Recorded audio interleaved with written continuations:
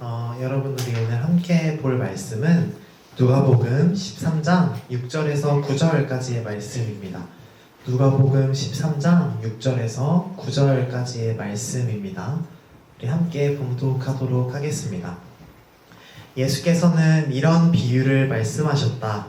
어떤 사람이 자기 포도원에다가 무화과 나무를 한 그루 심었는데 그 나무에서 열매를 얻을까 하고 왔으나 찾지 못하였다. 그래서 그는 포도원 지기에게 말하였다. 보아라, 내가 새해나 이 무화과 나무에서 열매를 얻을까 하고 왔으나 열매를 본 적이 없다. 찍어버려라. 무엇 때문에 땅만 버리게 하겠느냐? 그러자 포도원 지기가 그에게 말하였다. 주인님, 올해만 그냥 두십시오. 그동안에 내가 그 둘레를 파고 거름을 주겠습니다. 그렇게 하면 다음 철에 열매를 맺을지도 모릅니다. 그때에 가서도 열매를 맺지 못하면 찍어 버리십시오. 아멘. 여러분, 우리 오늘은 포도가 가득한 세상에서라는 제목으로 함께 말씀을 나눠보려고 합니다.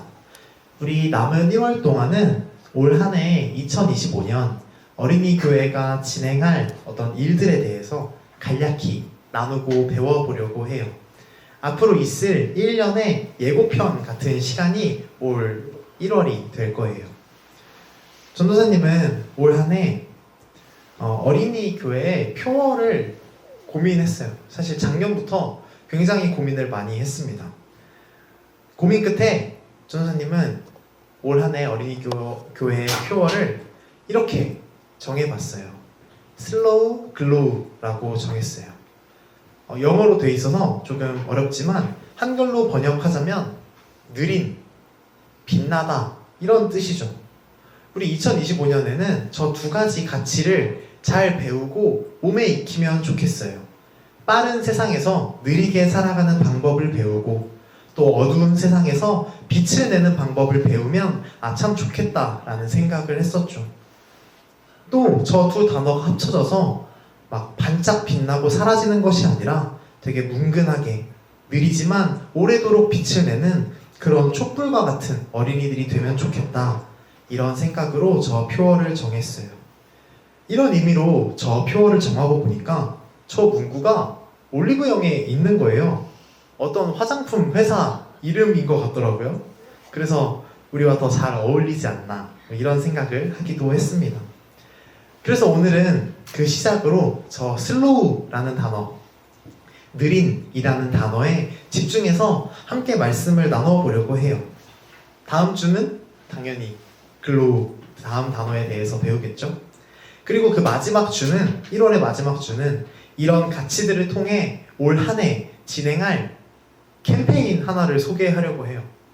아직 가제만 정했기 때문에 조금 조심스럽지만 날 좀 보소라는 일종의 캠페인을 1년 동안 진행해 보려고 합니다. 그래서 마지막 주에는 이런 이야기들을 함께 나눠볼 거예요. 기대되죠?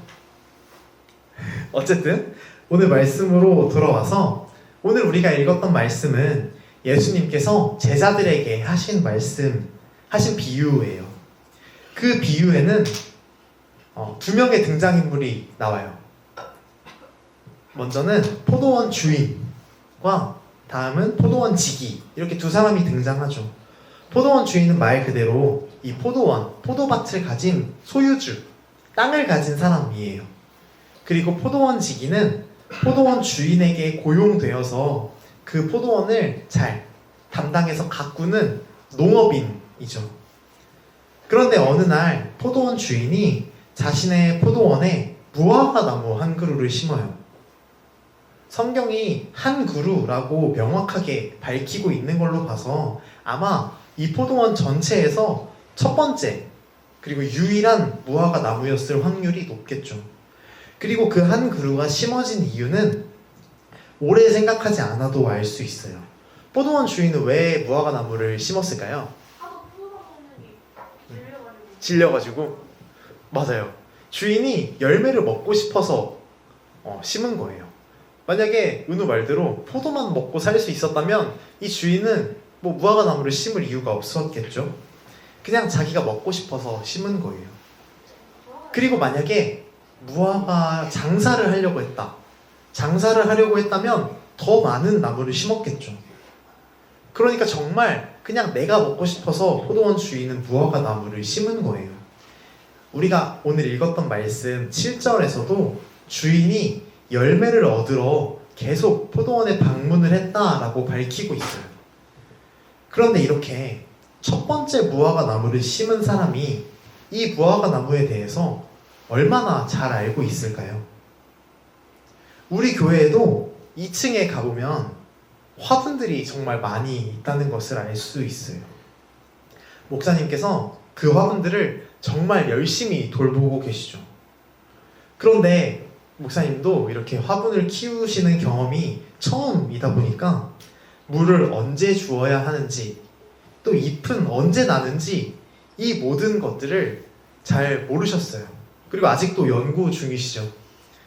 그래도 목사님께서는 이렇게 인터넷으로 열심히 검색을 하시면서 우리에게 맡겨진 화분들을 잘 돌봐주고 계세요. 그러니까 그래도 저 정도로 잘 크고 있는 것이죠. 그런데 성경이 말하고 있는 이 시대에 인터넷이 있습니까? 없죠. 농업 전문가가 아니면 이 나무가 어떤 과정으로 성장하는지 전혀 알 수 없는 거예요. 그래서 포도원 주인은 당연히 자신이 심은 무화과 나무에 대해서 아무것도 알 수 없었어요. 그런 상황에서 자신이 심은 무화과 나무에 열매가 열리지 않는 거예요. 그래서 포도원을 관리하고 있던 그 포도원 지기를 부르게 되죠. 그리고 불러서 이렇게 말하는 거예요. 땅이 아까우니까 내가 심었던 저 무화과 나무를 빨리 뽑아버립시다. 저 땅을 놀리지 말고 그냥 빨리 뽑아버립시다 라고 포도원 지기에게 일종의 권유와 명령을 한 것이죠. 포도원 주인은 나무를 잘 모르는 사람인과 동시에 효율로 세상을 살아가는 사람이었어요. 사실 우리가 지금 포도라는 과일을 생각하면 어떤 생각이 들지 모르겠지만 포도는 효율이 엄청 좋은 과일이에요. 다른 것을 다 떠나서 포도로는 뭘 만들 수 있을까요? 포도 주스, 포도 그냥 먹어도 되고, 또 와인도 만들 수 있고. 네, 잼도 있고. 우리가 정말 많은 것들을 이야기했지만 맞아요. 가장 중요한 것은 포도주를 만들 수 있다라는 거였어요. 당시 이스라엘 지역에는 물이 엄청 귀했어요. 마실 수 있는 물이 귀해서 오히려 건강하고 믿을 수 있는 음료는 포도주였죠. 무엇이 들었을지 모르는 저 탁한 물 대신에 술을 마시는 것은 인류의 되게 오랜 역사예요. 근데 그러면 그걸 어린이들은 먹나요? 어린이들은 잘 먹지 않았을 거예요. 근데 처음에 술이라는 것이 나왔을 때는 어른들이 아이를 재우기 위해서 또 이렇게 많이 먹이기도 했다라는 기록도 있더라고요. 이렇게 귀한 포도주를 만들 수 있는 것은 것을 보았을 때 포도는 효율이 되게 좋은 과일이다라는 것을 알 수 있어요. 그런데 무화과 나무는 어땠을까요? 무화과 나무는 자신이 그냥 먹고 싶어서 심은 것에 불과하죠.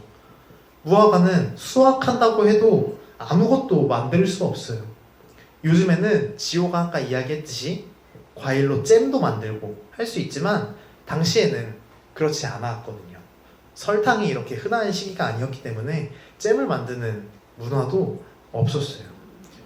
그러니까 포도원 주인은 어차피 효율이 떨어지는 저 무화과 나무는 빨리 뽑아버리고 그냥 포도나무나 더 심어야겠다라고 생각을 한 거예요.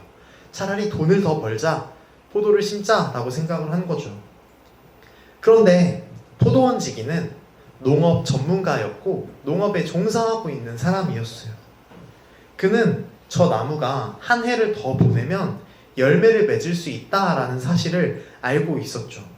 기본적으로 이렇게 덩굴에서 자라는 포도보다 나무에서 열리는 무화과가 더 오랜 시간이 걸린다는 것을 알고 있었어요.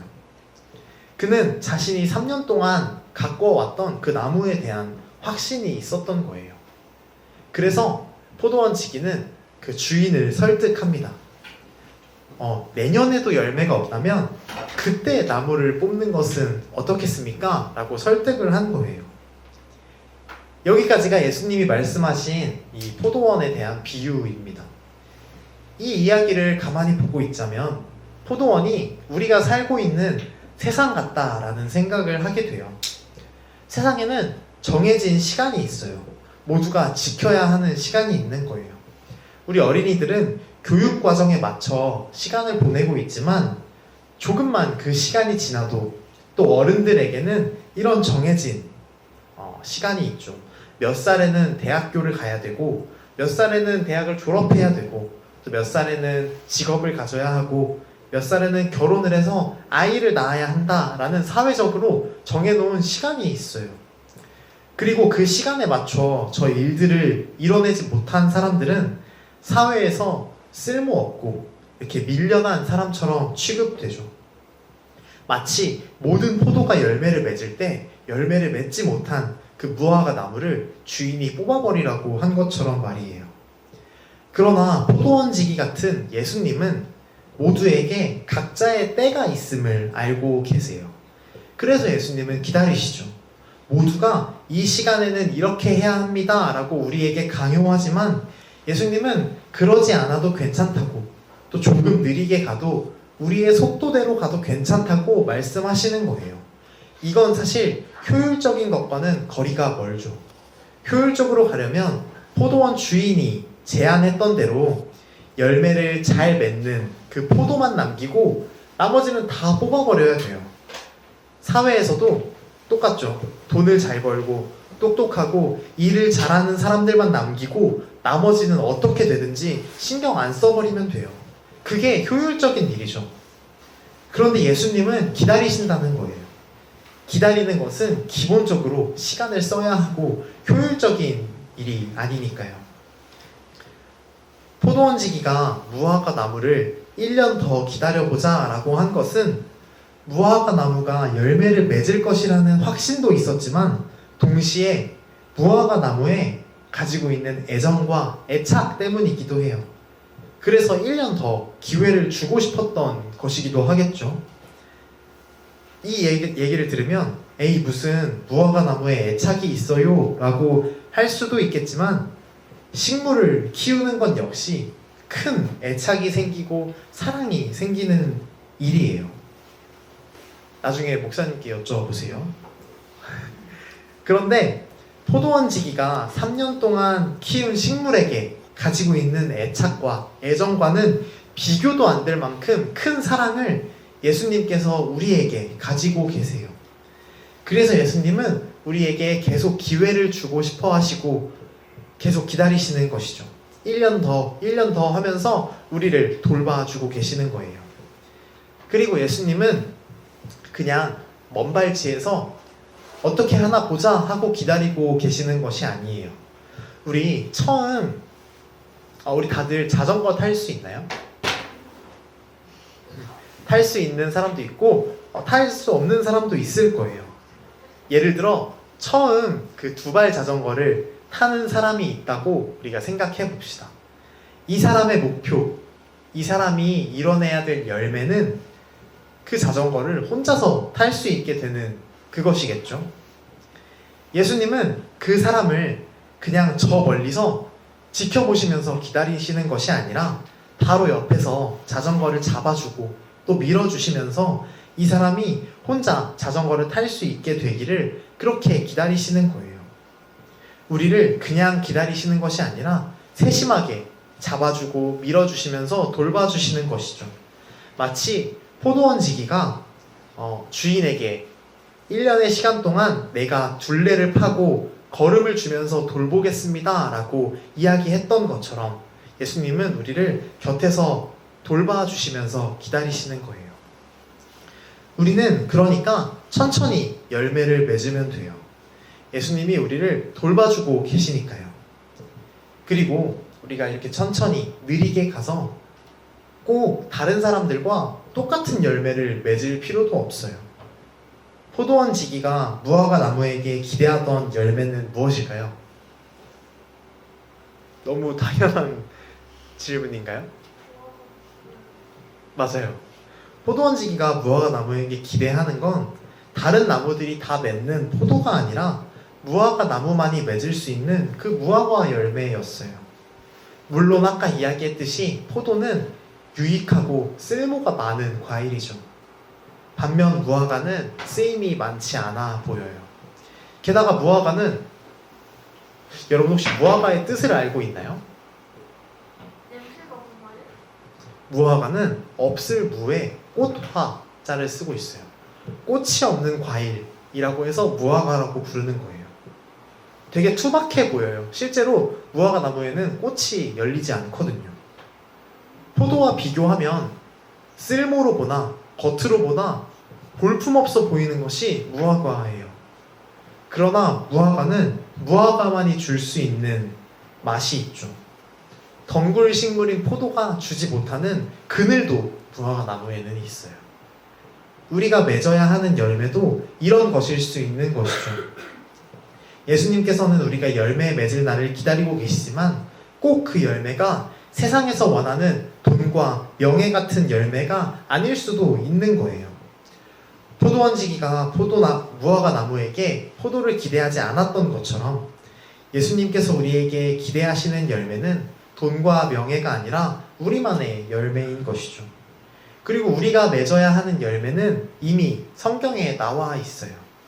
우리 갈라디아서 5장 22절에서 23절을 함께 읽어볼까요?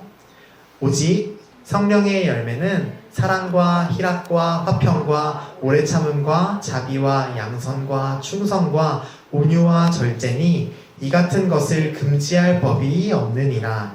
아멘.